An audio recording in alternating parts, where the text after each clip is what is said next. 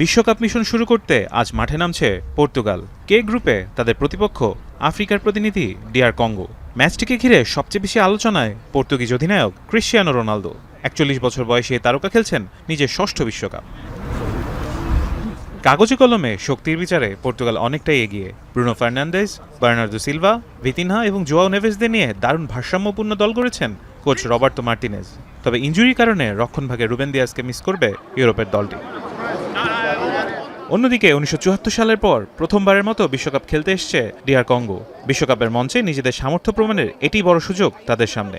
বিশ্বকাপের আগে ইউরোপে দীর্ঘ প্রস্তুতি ক্যাম্প করেছে কঙ্গো। নিজেদের দেশে ইবোলা প্রাদুর্ভাবের মধ্যেই তারা ডেনমার্ক ও চিলির বিপক্ষে প্রস্তুতি ম্যাচ খেলেছে। প্রথম ম্যাচ হওয়ায় দুই দলের উপরই থাকবে বাড়তি চাপ। তবে অভিজ্ঞতা, তারকাখচিত স্কোয়াড এবং সাম্প্রতিক পারফরমেন্স বিবেচনায় পর্তুগালই ম্যাচের ফেভারিট। জয় দিয়েই বিশ্বকাপ মিশন শুরু করার অপেক্ষায় পর্তুগিজরা। ফারহান ইহসান, এখন।